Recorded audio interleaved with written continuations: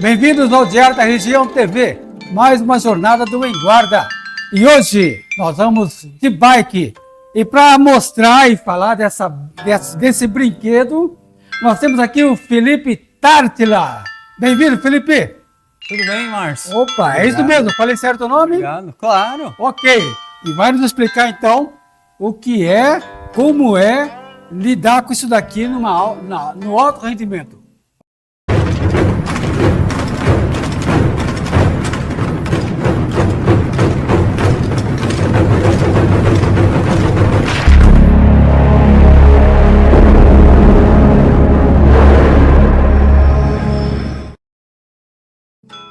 Saudações, amigos do Em Guarda. Muito bem, certo? Felipe Tartilas. Tartila. Tartilas? É Tartilas. Tartilas. Esse nome vem de onde? Lituânia. Olha aí. E a sua bike vem de onde? Alemanha.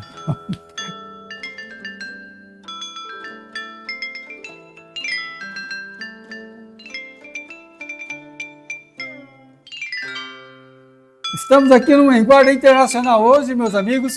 Tartila é um garoto da alta competição da bike, que é um brinquedo que, por olhar do brasileiro, né? O brasileiro é muito chegado a isso, mas ele vai explicar como funciona e como é a realidade de ser um atleta de bike aqui no Brasil, né, Tartila? Vamos adentrar, né? Vamos entender como funciona. Acredito que todos os treinos, todas as coisas, elas são relacionadas de um jeito que você vai construindo de tijolinho em tijolinho, de bloquinho em bloquinho. De uma maneira geral, o esporte de alto rendimento, ele por si só já é muito longo, né? Então a gente planta muito, colhe pouco, são muitos anos para começar a colher frutos. E de uma maneira que assim, a gente depende de muitas coisas, né? Seja a parte suplementar, alimentar, ter um treinador, um acompanhamento, né, de um nutricionista, um médico, equipamento. Então, a gente acaba dependendo de muitas coisas para acabar fazendo acontecer, né? Então, você fala tudo isso, que o alto rendimento exige realmente tudo isso. E para montar uma máquina dessa dentro do Brasil, já é um desafio que sobrecarrega demais o atleta, não é isso? Sim. A grande maioria, né? Para a gente entender um pouco do cenário e acabar separando, né? Normalmente, o custo das bicicletas, elas podem variar de R$1.000 a R$260 mil, né? E o que difere, normalmente, as pessoas que competem no profissional, são a maioria das pessoas que não tem um poderio financeiro, né? Entendi. Então acaba tendo uma disparidade. Só que onde a gente ganha é trabalhando com o amador, né? Então são as pessoas que literalmente movimentam o mercado. Isso independentemente de quem tem ou quem não tem dinheiro. Essa aqui é uma máquina profissional. Sim. Tá. Esse material todo aqui, qual o peso dessa para você? A bicicleta ela tá com 7,500 kg. E ela é toda de fibra de carbono. Tá. Tudo, ou seja, é material importado isso daí tudo? Vem normalmente tudo de fora. De fora, para montar, né? Você compra as peças à parte e vai montando, como que funciona isso Hoje no mercado? Tem duas maneiras. Ou a gente trabalha com parcerias, né, através de loja, importadora, ou a gente acaba utilizando o recurso online. Eu vejo aqui que também ela é toda eletrônica, né? Essa dinâmica dela aqui é própria para o estilo de prova que você compete? Sim, hoje eu compito no ciclismo de estrada, tá? E então assim, a gente acaba optando sempre, acaba mudando muito, né? Mas hoje a gente está usando 28 milímetros de pneu. Tem algumas pessoas ainda usam 23, 25, que são os mais comuns, né, que a gente mais conhece. Então, 23, 25, que são são aqueles bem fininhos. Tem 27, 28, 30. Esse 23. Esse 28. 28. 28. Ainda é comum comum não, mas tem algumas pessoas utilizando até 32. Então é um pneu bastante largo, né, que acaba atendendo em muitas coisas, muitas ocasiões, e querendo ou não, pra gente faz muita diferença usar a gente não usa o pneu no limite da pressão, né? Então cada largura de pneu ela tem uma especificação de pressão entre o mínimo e o máximo. Ô Tártila, tem no atletismo nós temos os corredores que são os fundistas, né? Sim. Tem aquele pessoal que é que corre 100 metros, prova de 200 metros, Sim, 400, que é a velocidade. Sim. Né? Eles têm um tipo de tênis, alguma coisa assim, tem que ter aquele padrão, tem que estar pronto para aquilo. E biotipo para aquilo. Sim. E tem os longões, a partir dos 5K, 10K, meia maratona e por aí vai. Né? O seu caso, você trabalha para uma prova de longa distância, é estradeiro, é isso? Isso. Dentre todas as características, né, de biotipo que a gente tem, a gente, tirando assim, pista, que é igual os 400, os 200, os 100 metros livres, que existe uma especificidade de treino que a gente precisa cumprir, né? Então a gente acaba não cumprindo esse mesmo tipo de treino, porque ele é muito específico. Mas de maneira geral, a gente treina para endurance. Tá? Então a gente treina, são muitos treinos longos, tem treinos específicos de força, de potência. E quanto dura uma prova, uma competição? Olha, a gente teve o Paulista de Estrada do ano passado, que foram 160 quilômetros. 160 quilômetros? E quanto tempo de percurso? Deu quase entre 3 horas e meia, 3 horas e 50, né? A diferença dos grupos. O nosso diretor, Márcio Nazar, ele é de arrancada, certo, Márcio? Sim. E você sabe que, eu imagino, né? Você sabe, eu não sei. Você está no cockpit, quanto tempo você tem da largada? É uma arrancada. Da partida para o final, quanto tempo você leva? Peguei mais ou menos 201 metros. 201 metros, 7 segundos. Ou seja, o equipamento de velocidade de um carro, que ele é piloto, né? No caso de uma prova longa distância, o carro ele também tem que ter a sua estrutura para longa distância, né? Sim. As provas de circuito fechado, circuito de rua. Trazendo isso para a bike, né? Você tem que adaptar também na longa distância velocidade ou é consistência no pedal? Para você ser competitivo, né? Porque nós estamos falando de uma prova de 160 quilômetros. Como você consegue ser longo na estrada e ao mesmo tempo veloz? A gente brinca que para andar rápido, primeiro a gente tem que aprender a andar devagar, né? Então, como que funciona, né? A gente tem uma boa parte dos treinos em rodagem, a gente chama, né? As rodagens, imagina o seguinte, existe uma zona mínima, né? Existe uma segunda zona, que ela não é como se fosse um repouso, e tem a famosa zona 2 que a gente treina. Então, né? Então a gente vai se esforçar um pouquinho a mais, e dentro dessa zona 2 é onde a gente ganha a famosa resistência. Tá? E é como no jockey, você tem que bater peso com a bike ou é mito isso daí? Não, tem um mínimo a ser cumprido, são 6 quilos, 6,8 kg. Isso é a relação do seu peso com... Não, isso só equipamento. Só equipamento. Só equipamento. Ah. Mas...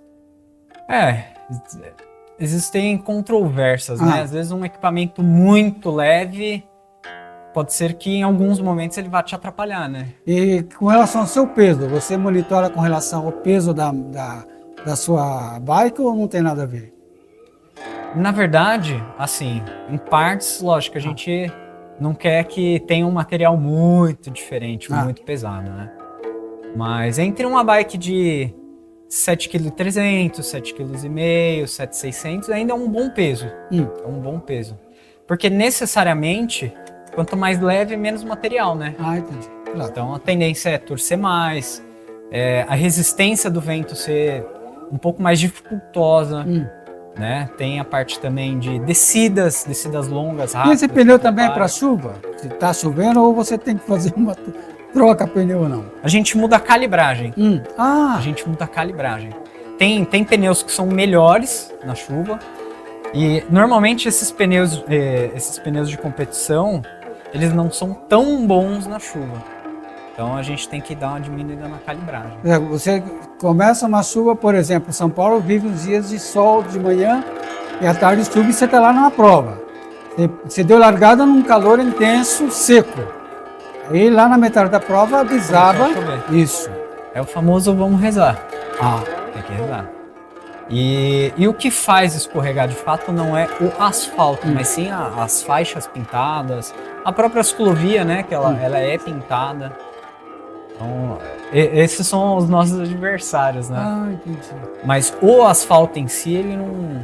dificilmente ele escorrega. E agora a pergunta que todo mundo também imagina. O atleta de bike treina como? Para você dar conta disso aí, 160 quilômetros, né? E como é essa pegada, né? Do alto rendimento de um bike? Como é Sim. o seu treino? Bom, falando de rotina, é importante descansar. Descanso também é treino, né? Importante. A gente tem que cumprir as zonas de treino que é pedida, né, pelo treinador. O tempo de treino, seja uma rodagem de 3, 4 horas num treino só. Então a gente tem que cumprir a zona ideal que ele pede, tem que se alimentar durante o treino, alimentação pré, pós, o durante, né? A suplementação, o treinamento funcional, seja academia, tudo é muito complementar. Aqui se usa mais as pernas, mas é claro que você tem que trabalhar quase o corpo todo trabalha. nisso daí. A parte aeróbica, onde está o segredo para a sua musculatura dar conta, né? Porque é força física ou é saber condicionar a parte aeróbica durante um longo percurso? É basicamente tudo. Você tem que ter muitas coisas alinhadas. Então você tem que ter o preparo, né, do aeróbico. A gente tem que ter um complementar que seja vamos colocar como um funcional para aguentar essa carga e treinar o que a gente faz pouco na bicicleta, em tese, que seria a parte de potência, carga, né? E tudo isso, então na bike a gente já faz essa rodagem para ganhar o endurance, para ganhar resistência. A gente faz um trabalho complementar de potência, de força, né? Existem períodos do ano que a gente precisa cumprir, que vai fazer força, tem período que não vai fazer.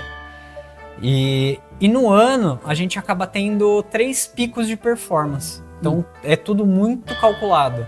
Qual que é a prova-alvo, a sua prova A, a prova B, a prova C. Por exemplo, nós estamos no início de 2025, né? Fevereiro está indo embora, mas considerando que a temporada, né? Sim. Tá iniciando, né? Então você já está planejado o seu calendário? Sim, já tem a prova-alvo, a prova B, onde que você vai se esforçar mais, onde não vai, onde não precisa de tanto empenho para literalmente não gastar à toa. Eu fiquei sabendo que você já esteve competindo por Osasco, é verdade ou não? Já competi por Osasco. Olha aí. Já competi por Osasco há 2 anos. Né? Competi pelo Team Altino, né? Pela prefeitura de Osasco. Sim, sim. Então arranquei alguns pódios, né? Com a camisa de Osasco. Olha aí, a história, hein? Agora, 160 quilômetros sentado aqui, como funciona para o atleta? Porque isso daqui é um material que eu acredito que é fundamental para vocês, né? Total. Né? Total. Na verdade, assim, todo equipamento em si... Isso é tudo, né? De maneira geral. Pra gente, o quanto menos tiver torção de equipamento, existe uma torção natural que é benéfica, só que dependendo do grau dessa torção, a gente acaba perdendo potência, que a gente vai transmitindo essa potência para a bicicleta. Então, por exemplo, rigidez do quadro, né, do material, da qualidade do carbono, essas rodas, se elas são mais rígidas, né, isso tudo num nível certo, né, nem a mais, nem a menos. E essa parte tecnológica que você tem aqui, que é tipo, Não, isso daqui. É o GPS. É o É GPS. o GPS. Então, através dele, eu tenho a leitura do que está acontecendo no treino, com o meu condicionamento físico e o que eu estou gerando de potência. A potência, a gente tem medidores de potência, né? No meu caso, eu uso um medidor de potência no pedal. Ele funciona basicamente com a torção. Então, o equipamento, conforme torce, ele faz essa leitura e ele conversa com o GPS. Então, ele me joga um número, né? Então, eu preciso ter uma força X aplicada durante Ô, Márcio tanto Nazário, tempo. isso tem a ver com automobilismo também? Se aplica? Tem. Estava lembrando que tem a alavanca da carro, tem um sensor parecido com esse, o deslocamento da alavanca faz a troca de marcha sem pisar na embreagem. Então, você tem um espaço ali, não pode ser nem a mais e nem a menos. Tem um limite, você tem uma faixa. Então, ou seja, o equipamento ele vai fazendo a leitura de tudo que está acontecendo. E ele vai me jogando pro GPS. Então tem sensor de batimento. Então eu sei a quantos batimentos tá, o número da potência, quanto tempo eu tô treinando, que horas que eu preciso me alimentar, quanto de Quanto água tempo já você fui. treina, meu amigo? De treino. Me conta aí o teu segredo. Olha, eu estou levando a sério, eu vou entrar no 7º ano já. Vou entrar no 7º ano. Eu comecei a treinar, Márcio, no Ibirapuera, de terças e quintas à noite. Eu fui com o filho do Márcio, o filho do Chifu, que já apareceu aí. E a gente acabou meio que descobrindo, assim, sem querer, tinha uma galera andando, todo mundo junto, não sabia o que era, começou a seguir a galera. E quando a gente parou para conversar, você vai aprendendo, vai descobrindo o que é, como que funciona. Foi lá que o bichinho da bike mordeu. O Tártara falou do Márcio Chifu, Márcio Augusto Chifu, porque esse moço também é um asa, um perito em Kung Fu, né? Eu brinco com ele que ele para no ar, ele levita. Ele é um bom lutador, um atleta assim, de alto rendimento também no Kung Fu. E como diz assim, equilibra o treino da luta pedalando por aí. Mas você já era Kung Fu quando entrou na bike? Já. Então, Kung Fu estou desde 2013. desde o berçário, né? 2013. Uhum. 18 anos. Então só. Não, 18 anos? Mas Não, é isso. é verdade, De certa entrei forma, antes. ele faz parte na galeria de fotos da escola, ele está com a molecadinha lá, brincando no Tá lá faz tempo, né? Então, Tá lá faz tempo. essa vida de atleta de bike no Brasil, e isso a gente está falando no Brasil, você compete, tem material, tudo tá. E a gente ouve muito falar da Europa. Qual é o gráfico entre Brasil e Europa nessa modalidade aqui? Ó, de maneira objetiva, a diferença, infelizmente, é muito grande, né? No sentido principalmente de incentivo, de apoio, de estrutura, tá? Que eu acredito que seja o principal, né? Que dá essa diferença. Então, infelizmente, a gente não tem essa estrutura. Querendo ou não, o ciclismo não é nossa cultura, tá? Isso não é nosso. Então a gente está aprendendo, a gente está cultivando, a gente está plantando ainda ciclismo. Então ainda pós-pandemia cresceu muito, evoluiu muita coisa, mas ainda não é nosso, né?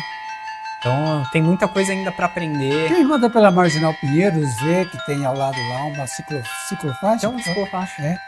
E ali é direto, um monte de gente, um monte de bike. A gente vê que tem amadores, tem os que passeiam de lazer e tem profissional. E tem gente. profissionais, tem. Então Tem. está realmente pegando, porque a estrutura lá é bem importante, né? Sim, então, pós-pandemia as coisas, assim, já tinha antes, né? Tinha já antes. E pós-pandemia acabou crescendo bastante, né? Porque o mercado, o amador, viu a necessidade de comprar uma bicicleta para se deslocar, ou outras pessoas para treinar mesmo, para dar um passeio, curtir, dar um rolê. Então acabou crescendo muito. Então hoje a gente acaba tendo mais opções, né? Essa vida de atleta, de ter horário para treinar, no seu caso você treina o funcional da bike, também tem a sua vida de atleta de arte marcial, onde há conjunção nessa sua rotina de treino, ou uma coisa é treinar para bike, outra coisa é treinar Kung Fu. Olha, por incrível que pareça, tem muitas coisas que a gente consegue aproveitar. Por exemplo, no Kung Fu, a gente aprende muita disciplina, parte de hierarquia, de respeito, de você saber o seu lugar como indivíduo, de você respeitar o próximo. A gente trabalha parte de consciência corporal, alongamento, flexibilidade, né? Isso é uma melhora como indivíduo.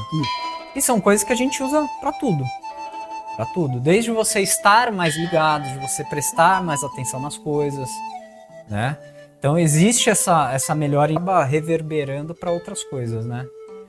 Então na bike te ajuda sim a se equilibrar, a você ter uma visão diferente das coisas, de você ter uma percepção diferente das coisas, né? Você quando está aqui no alto, muda quando você fala da visão. Você tem uma perspectiva, você tem uma leitura diferente das coisas, uma agilidade de raciocínio, né? A gente acaba sendo muito mais ágil na hora de pensar. Eu acredito que nessa função da luta, que você treina muito a questão da visão periférica, né? Isso acaba ajudando, acredito eu, né?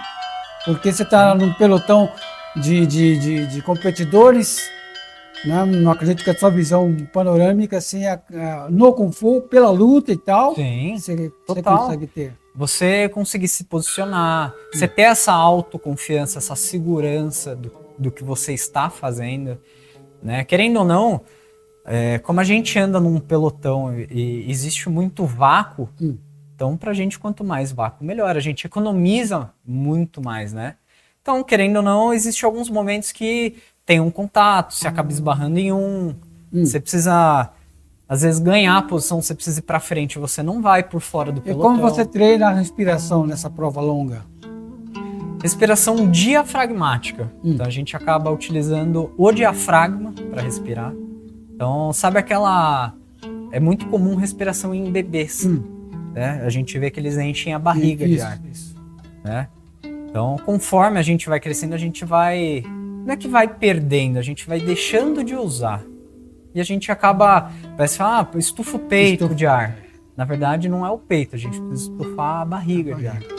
Né? E, consequentemente, a gente tem algumas melhoras nisso, né? Então, acaba baixando o batimento, você consegue treinar mais, você consegue treinar melhor. Isso o Kung Fu te ajudou muito, acredito. Sim, muito, muito. Né? E tudo é um complemento, né? Seja para apresentar, para falar, para se colocar, treinar. A gente acaba tendo uma consciência corporal diferente pela própria arte marcial, né? E em cima da bike, o que você tem, assim, para imediato, para competir? O que você está no seu calendário aí, o que está planejando? Olha, as principais são... A gente tem o Campeonato Paulista de Estrada, de novo, sempre, né? Sempre, né? Campeonato Brasileiro. Temos um Gran Fondo de Santa Catarina, né? Tem outras clássicas, né? Que a gente chama de a Volta do ABC, né? Tem a 9 de julho, tem a 1º de Nossa, maio. tem muita coisa. Essas são só as principais, né? Que a gente visa. Ô, Tati, geralmente o atleta ele usa camiseta, ele usa uniforme, tem as marcas, os patrocinadores. Como um atleta de bike profissional, ele consegue promover patrocínio quando ele consegue patrocínio, porque não é todo mundo que consegue, né? Não, é difícil, é difícil. Bom, hoje o cenário, de uma maneira geral,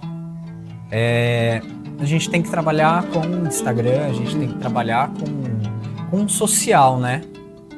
Então, o que para a marca mais vale, claro, é um cara que ganha, um cara que é muito competitivo, mas infelizmente, se esse cara não for muito comunicativo, não tiver um Instagram bom, a tendência é ir fechando algumas portas, né?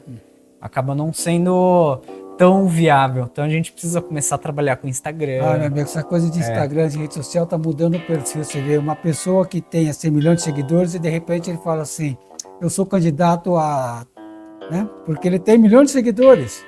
Ele não tem nenhum perfil político, mas ele tem fãs.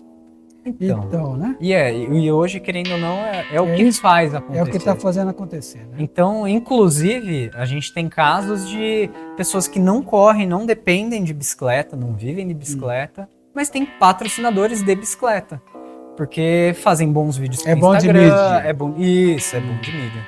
Exatamente. Essa, digamos assim, esse é a galinha de ovos de ouro, né? Digamos, hoje, né? Então você tem que fazer muita coisa boa, tem que trabalhar a mídia. E como é a sua semana de treino? Assim, você treina quantas vezes por semana para manter essa performance? É que os meus treinos, eles são correlacionados às minhas aulas, né? Então eu faço um acompanhamento dos treinos, né, de pessoas. E em cima disso, eu acabo cumprindo horas de treino. Né? Você fala aulas, você dá aulas de... Sim, tanto a aula em si, eu dou aula para iniciantes, é o que eu prefiro trabalhar.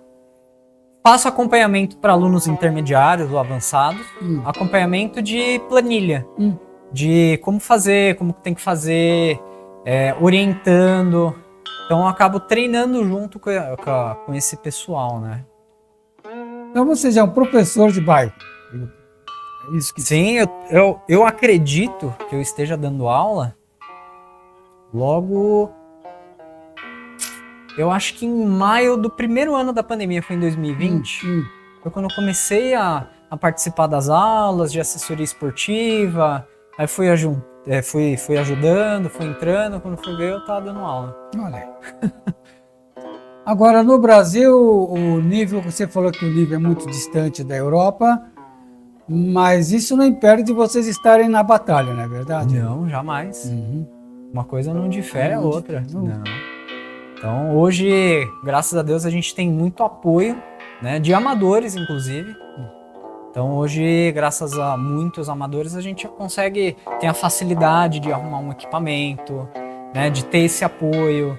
Aí acaba pegando uma equipe que consegue ajudar que seja com uma relação, com alguma coisa da bicicleta. Então, tem coisas que a gente acaba economizando para conseguir investir em outras, né? Mas o Tártaras também, ele, por muito tempo, ainda garota, mas ele chegou também a ser professor, digamos assim, de Kung Fu, né? Sim. Então, Sim, eu comecei a dar aula, de fato, em 2013, 14, eu acredito que em 2015 eu estava dando aula de Kung Fu já. Comecei dando aula com as crianças, né? Então a gente vai de pouquinho em pouquinho, vai começando a ajudar na aula, aí vai relembrando um, vai ajudando o outro, né? Mas é bem legal, é bem diferente do que a gente está acostumado, né? eu falei isso porque o Márcio Nazar já está ali, né? Ele é meio sádico nessa parte. Toda vez que vem um atleta aqui, ele gosta que eu apanhe, né? Então, depois você vai mostrar um pouco da sua técnica aí Não, vamos fechar o programa com Tártaras Kung Fu. Não, vai ser um prazer. Tá, olha, Vai ser um prazer. eu não sei não, viu? Eu não sei pra você, mas pra mim então, vai. estou em dúvida quanto a isso. Muito obrigado, Tártaras, por ter vindo. que Nós agradeço. vamos detalhar os contatos seus aí para o pessoal que curtir nas redes sociais. Tem que curtir esse moço para ele alavancar, né? Na bike e fazer vários quilômetros de sucesso. Amém. É isso? Amém. Certo? Que assim Amigos seja. aí, guarda! Saúde, pá.